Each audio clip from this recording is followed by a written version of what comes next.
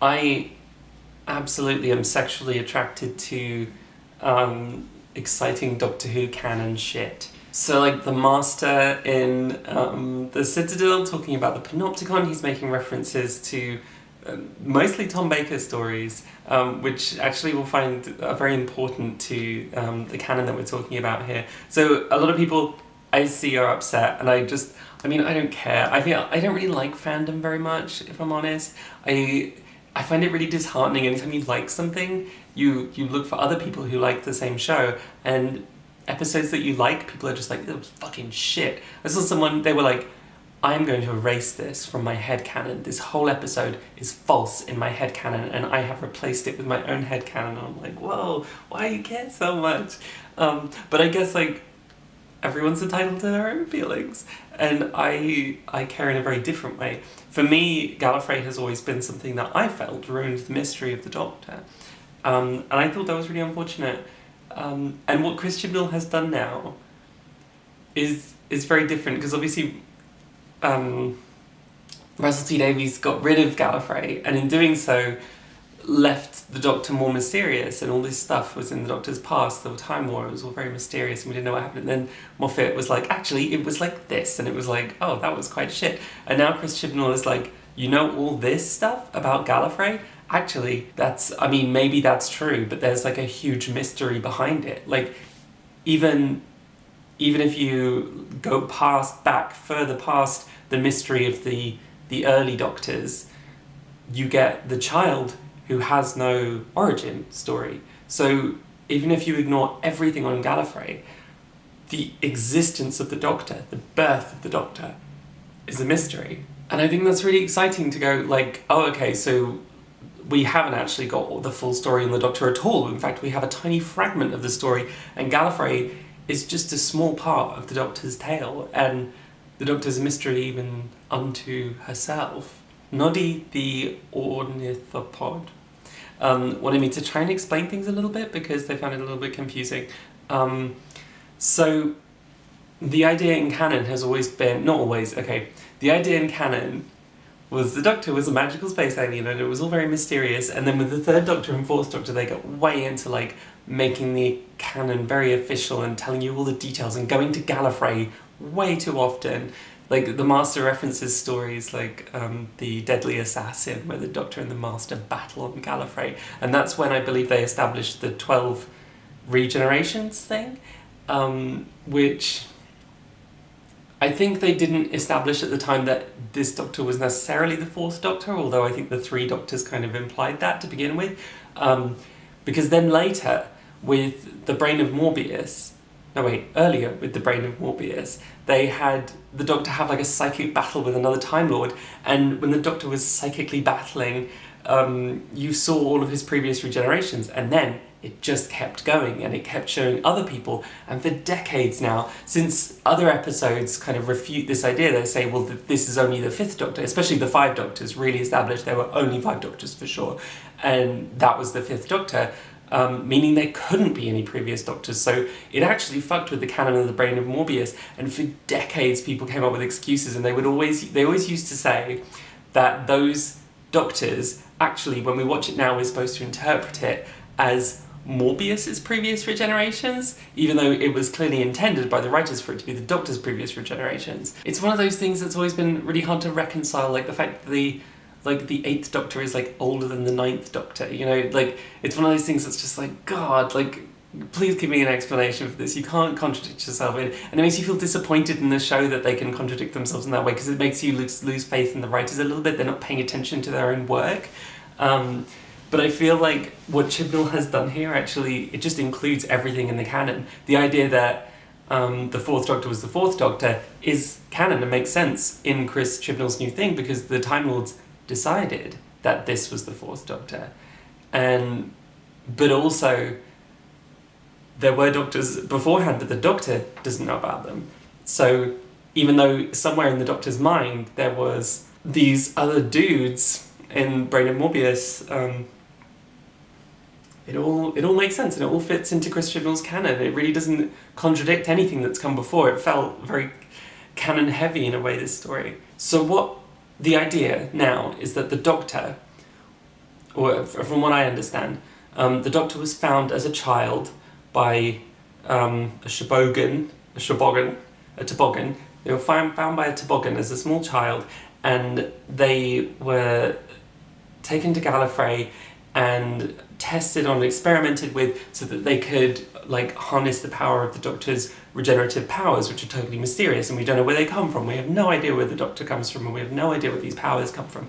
And then those powers were used to create like a high powerful society of Time Lords, right? And that wasn't all of the Toboggan, right? There are other Gallifreyans living on Gallifrey who don't live in the Citadel. They're not part of that. So there actually is like a hierarchy of like the powerful Time Lords and then just like the normal Gallifreyans. So in the meantime, with the Doctor, they at least at some point erased the Doctor's memory, but it's possible that the Jo Martin Doctor, the Ruth Doctor, maybe she remembered all that time as child stuff, you know, from the experimentation with her mother and all that.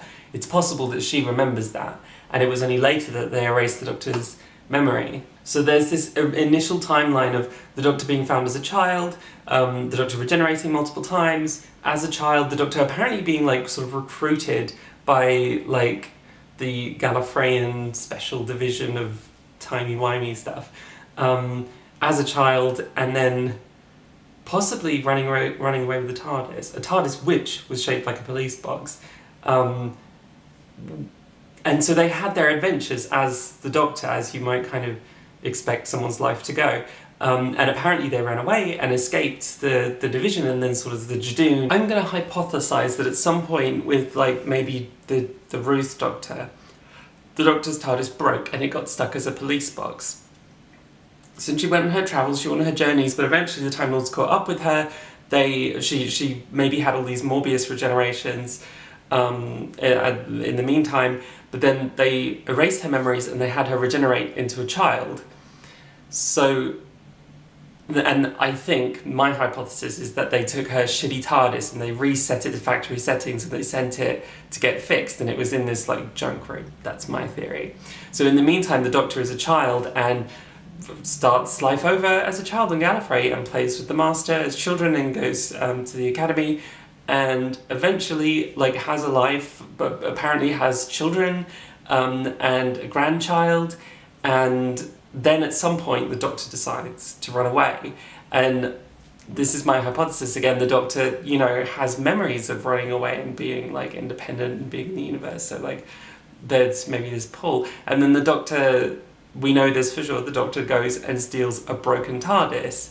And my hypothesis would be that he stole the broken TARDIS, which can't help but turn into a police box. So he stole this TARDIS with Susan and went on these journeys not knowing that he'd done it before, and as soon as he landed in 1963, the fucking thing turned into a fucking police box and wouldn't change back after he left because the fucking thing was broken and he couldn't fix it. Took him hundreds of years, and he did a terrible job when he did try to fix it, so it still looks like a police box. So that's my hypothesis as to why Ruth's TARDIS looks on the outside like the current Doctor's TARDIS, even though it didn't appear to be broken until the first Doctor, but the first Doctor wouldn't remember that this same TARDIS used to be broken and looked like a police box, so that's my theory. So now the Doctor has lived all these other lives, from the first Doctor through to the 13th Doctor, not remembering this life that came beforehand. It's quite funny in hindsight looking at the 11th Doctor's last story, because actually, like, it doesn't contradict what happened at all. Like, the 11th Doctor was just never gonna die, he was gonna regenerate. But he didn't know he was gonna regenerate, which is weird because he met the curator in the previous episode, but we'll just ignore that. But he just like presumed he was gonna die, but apparently he wasn't, because the Doctor just apparently has infinite regenerations, and the Time Lords limited the ones that they gave to the other individual Time Lords to 12, but it seems like maybe the Doctor just has infinite, which I think is good, because I think faffing about every 50 years trying to get the Time Lords to give the Doctor new regenerations is a bit stupid. I never really liked that rule. I thought it was just daft and like, what's the point? I mean, the only point to it was that the Master...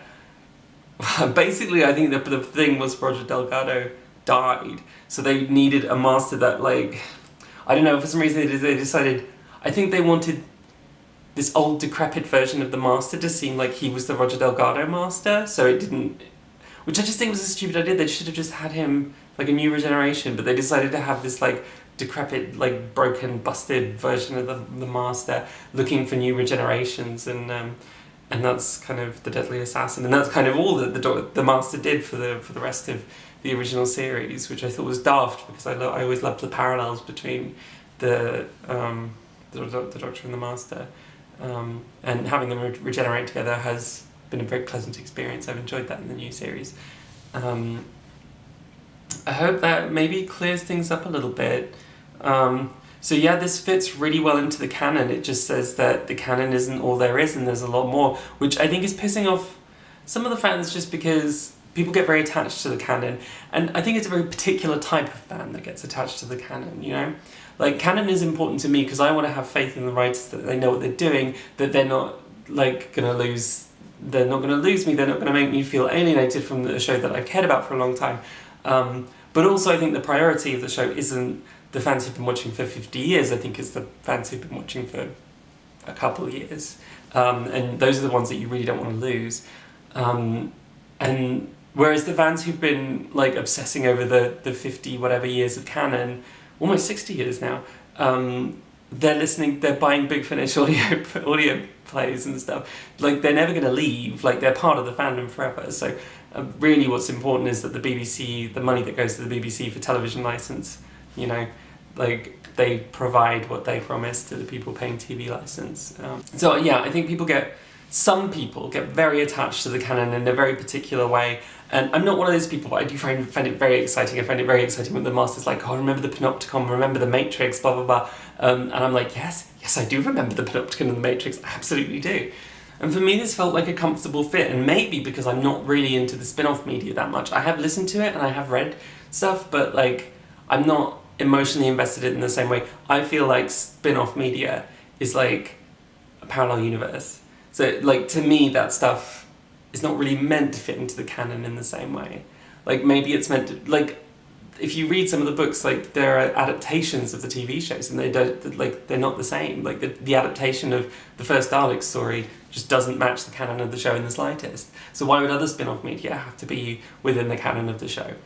Whatever. So I feel very comfortable with this new concept because it fits in just fine. There's no problem. And the idea that like the 13th Doctor isn't really the 13th Doctor, Stephen Moffat did that first with the War Doctor. And actually it feels less weird to have like this random Doctor shoved in now that we have this like canonized idea that actually there were loads of Doctors, and you know, like 13 is just an arbitrary number to help us like understand it. I think about like the little children who played the Timeless Child probably had no idea they were playing the Doctor because this is this kind of secret you want to keep under wraps. And I just think that they're probably at school today and their friends are like, oh my god, you were the Doctor in Doctor Who last night. They're probably the coolest kids in school right now.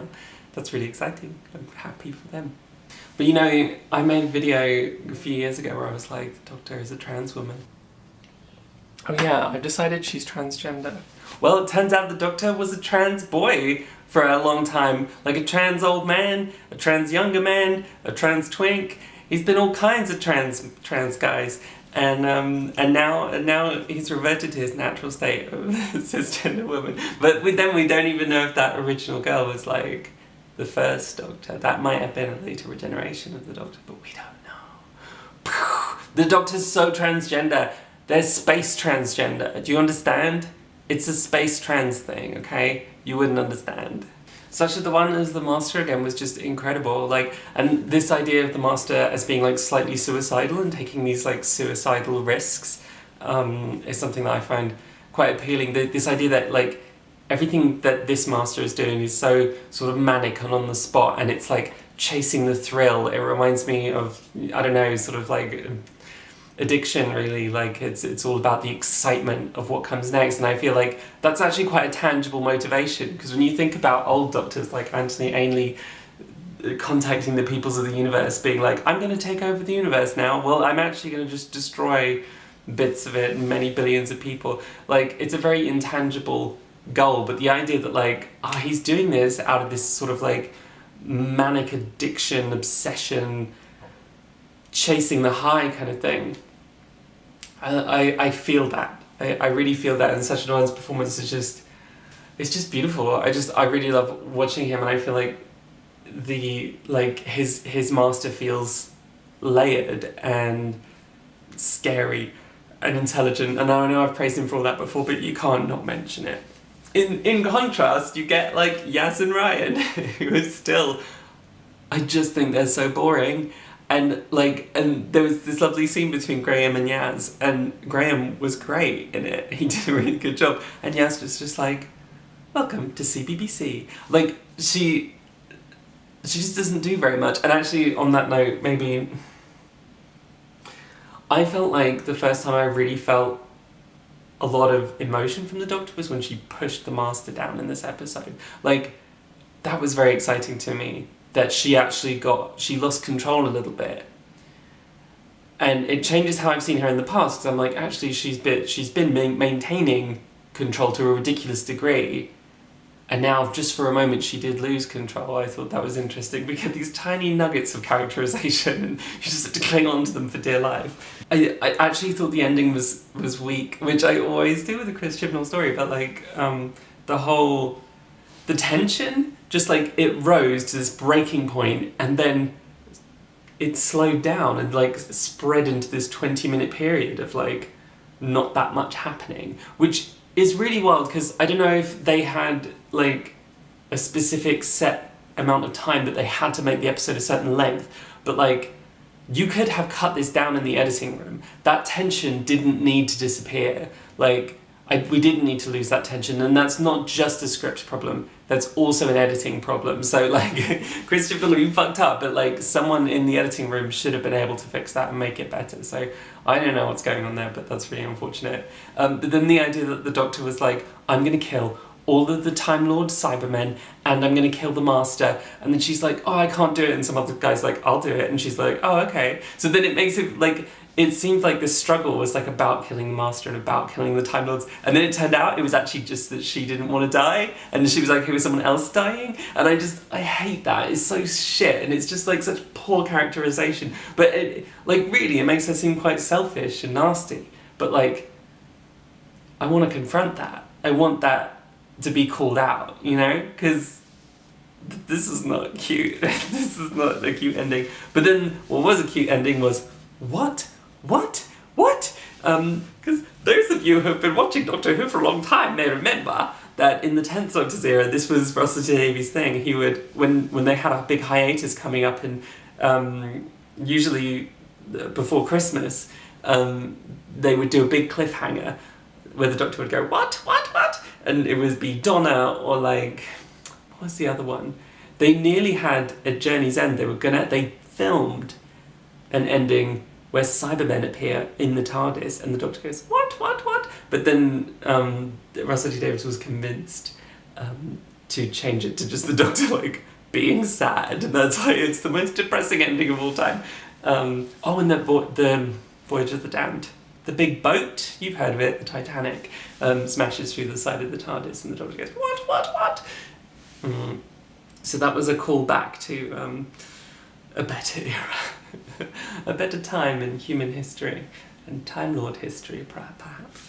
So there was Brendan, right, the Irish version of the Doctor, which was very ambiguous, and it's not really clear if Brendan fits in to this idea of like, he's just one of the Doctors, because it seems like that story of Brendan, it just parallels what happened to the Doctor on Gallifrey, like found as a baby, found as a child, and kept, and then raised, and then recruited, and then ultimately had their memory erased. So it seems like maybe in some way this whole Brendan thing wasn't a version of the Doctor's life, like one of the Doctor's lives, but it was like a fake replacement version of the Doctor's history or something. It's very ambiguous, but I think that's meant to be an open-ended mystery. Questions were posed, and I think answers may come later, but yeah. There used to be this joke that Gallifrey was in Ireland. Oh god, that's so funny. That's really good. There was, like, people would be like, where's Gallifrey? Is it Ireland? And people would be like, yes, I guess. Does it sound Irish? Where did you qualify, if I may ask? A place called Gallifrey. Gallifrey? No, I've not heard of it. Perhaps it's in Ireland. Probably. Look, could I see Miss Smith, please? Are Graham and Ryan and Yaz gone forever? It did seem a little bit like they were setting up for a goodbye, like they were maybe going to hook Graham up with that lady that's approximately his age. That's a very Doctor Who thing to do. And at least for the Christmas special, it seems, or New Year's special, I guess, it seems like the Doctor may be alone. And I'm really into the idea. I find myself now, like, I'll miss Graham for sure because Graham's been so much fun. But, like, I find myself really feeling the idea of having a new companion. Even if it's just for a couple of episodes. Like, I want that one-on-one thing with the Doctor, and I think I'd be willing to even give up Graham if it meant having a version of the show where the relationship is between the Doctor and the companions is fucking important. I'm sorry I haven't been reviewing the show lately. I've been down in the dumps. I'm broke. Please give me money. I'll give you books. And yeah, I don't know. My confidence has been very low, which doesn't help with filming yourself and putting it on the internet. People are mean on the internet. Have you noticed that? This episode did give me sort of a refreshed love. It did make me, I don't know, I'm joking, but also completely serious when I say, like, the canon stuff turns me on. Like, I'm so into, like, oh, the Master, oh, Gallifrey, oh, the Matrix, we're going into the Matrix, like, that kind of stuff. I'm just like, If you want to, like, if you don't watch the original series, but you want to, like, know this stuff better, I recommend watching The Brain of Morbius, The Deadly Assassin, and then probably, Trial of a Time Lord is like 12 episodes long and it's really exhausting, but you can also watch Trial of a Time Lord. They go into the Matrix. I mean, they go into the Matrix in Deadly Assassin as well, but I feel like, weirdly, in the Trial of the Time Lord, they, like, walk into the Matrix, which I feel like doesn't make any sense, and, like, that's not how a Matrix works. But okay, whatever, we walk into the Matrix in Trial of the Time Lord. Okay, that's all I've got for you. Maybe I'll feel inspired since I'm newly excited.